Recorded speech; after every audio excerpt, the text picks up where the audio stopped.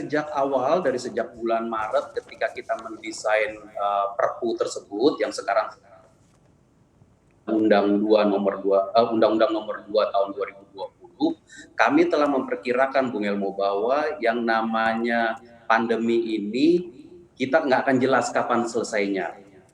Sekarang aja kita masih mencoba mencari vaksin, mencoba mencari obatnya atau pencegahannya. Namun kalau dampak ekonominya kita bayangkan bisa cukup panjang juga. Walaupun vaksin telah ditemukan, mungkin orang masih ada yang ragu-ragu, masih ada yang khawatir untuk keluar, kegiatan ekonomi tidak akan full. Karena itu di dalam Perpu yang sekarang telah menjadi undang-undang itu, kita mengatakan bahwa kebutuhan defisit anggaran di atas 3% itu adalah untuk tahun 2020, 2021, dan 2022. Jadi kita menyiapkan sampai dengan tahun 2022 untuk defisit anggaran kita itu boleh di atas 3%. Artinya APBN lebih fleksibel. Tentu kita tetap akan pergi ke DPR untuk mengkomunikasikan dan mendiskusikan, membahas, meminta persetujuan dari DPR.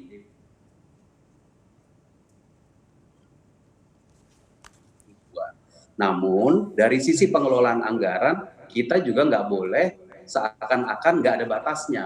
Karena itu di dalam Perpu yang sekarang telah menjadi undang-undang, di atas 3% defisit itu hanya sampai dengan tahun 2022, dan tahun 2023 kita kembali lagi ke pola awal, yaitu defisit anggaran maksimum 3% dari PDB.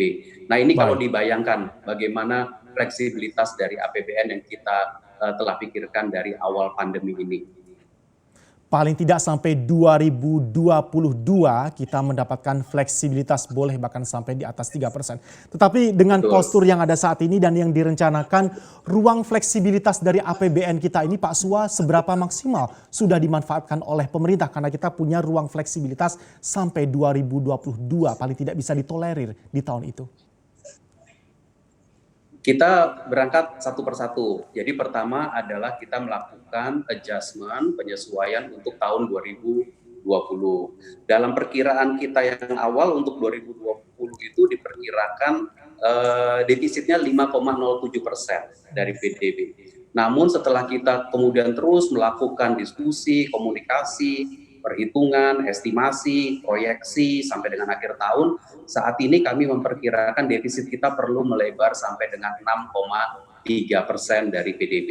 Ini kan kepada DPR juga.